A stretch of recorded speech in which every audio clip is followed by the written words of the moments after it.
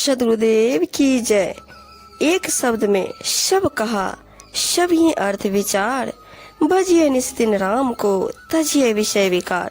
कबीर साहब ने राम रहीम को एक बताते हुए कहा है कि नित्य अविनाशी चेतन आत्मा राम घट घट में विद्यमान है।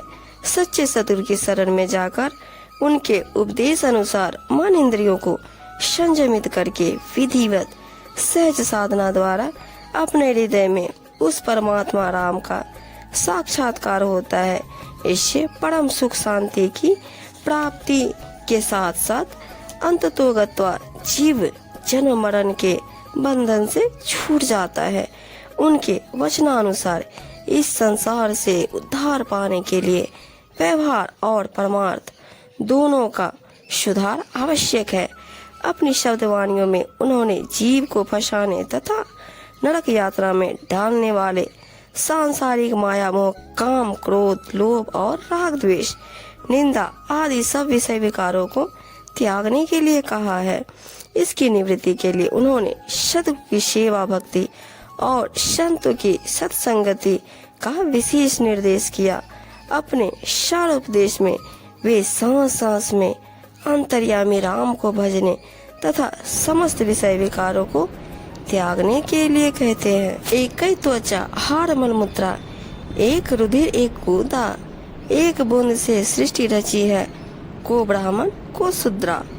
रजोगुण ब्रह्मा तमोगुण शंकर, शतगुण हरि होई। कहिए कबीर राम रमी रहिए, हिंदू तुरक न होई। सतगुरु कबीर साहब मानवता का शोषण तथा धर्म का पतन होते नहीं देख सकते थे। उन्होंने अपने ज्ञान उपदेश द्वारा विशुद्ध मानव धर्म एवं कल्याणमय आध्यात्मिक ज्ञान के विकास का महत्तम कार्य किया। संपूर्ण मानव जाति की भलाई के लिए उन्होंने मानव की एकता, समानता और परस्पर सद्भाव एवं सद्व्यवहार पर विशेष जोर दिया। उन्होंने ऊंच नीच तथा छूत अछूत का भेदभाव सर्वथा गलत बताते हुए समझाया कि प्रत्येक मानव सम आदरणीय है, उसे समान रूप से सुख पाने तथा अपना कल्याण करने का अधिकार है। वे कहते हैं कि कौन ब्राह्मण और कौन शूद्र, सब समान है। यहाँ न तो कोई हिंदू है और न ही कोई मुसलमान। सभी मानव एक जैसे चाम, रक्त तथा मांस का शरीर धारण किए हैं। अतः अपने भीतर के राम में रमे रहो, वही सुखदायी है। सतगुरु कबीर साहेब में इतना प्रतिभावान होना आश्चर्य में डालता है। उनके ज्ञान विवेक की बातों के आगे बड़े बड़े पंडित, मौलवी तथा उनको लोहा मानते थे। ज्ञान पाने के लिए उन्हें गुरु की आवश्यकता नहीं थी, परंतु स्वयं पूर्ण ज्ञानी एवं विवेक संपन्न होकर भी उन्होंने गुरुपाद का गौरव बढ़ाने और लोक मर्यादा निभाने के लिए उस समय के सुप्रसिद्ध विद्वान वैष्णव स्वामी रामानंद को अपना गुरु स्वीकार कर लिया। यद्यपि उनका सत्य ज्ञान एवं ध्यान साधना स्वामी रामानंद की मूर्ति पूजा और नाना कर्मकांड तथा मान्यताओं से भिन्न थी, वे गुरु मर्यादा अनुसार उनके साथ विनम्रता पूर्वक रहे। समय समय पर उन्होंने अनेक ज्ञानावार्ता एवं गुरु भक्ति की स्थिति को प्रयोगात्मक रूप से स्वामी जी के सामने प्रस्तुत किया। इससे स्वामी रामानंद जी उनसे प्रसन्न रहते हुए उन्हें बहुत मानते तथा उनकी प्रशंसा करते थे। ज्यों ज्यों समय बीतता गया त्यों त्यों सतगुरु कबीर साहब निज ज्ञान स्थिति में बढ़ते गए और समस्त जन समाज में छाते गए।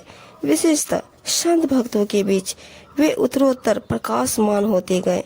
दिनों दिन उनके तेजोमय सत्य स्वरूप एवं दिव्य सत्य ज्ञान की प्रसिद्धि सब और फैलती गई। इस कारण अनेक लोग दूर दूर से उनका ज्ञान सत्संग सुनने तथा अपनी शंका मिटाने उनके पास आने लगे। सतगुरु कबीर साहेब भी दया भाव से लोगों की भलाई करने, उन्हें संकट से उबारने, शांति सांत्वना देने और सत्य ज्ञान का प्रचार प्रसार करने के लिए नगर नगर घूमने लगे। इससे संबद्ध उनकी बहुत सी कथाएं पढ़ने सुनने को मिलती है। उस समय के दो बड़े वर्ग हिंदू और मुसलमान थे। उन दोनों वर्गों के बहुत से लोग उनके अनुयायी एवं शिष्य हो गए और उनके पथ पर चल पड़े कि सृष्टि के नियमानुसार संसार में आना जाना लगा ही रहता है। लेकिन जो मनुष्य गुरु को प्रसन्न करके ज्ञान प्राप्त कर लेता है वह इस आवागमन के चक्र से मुक्त होकर मोक्ष की प्राप्ति कर जाता है।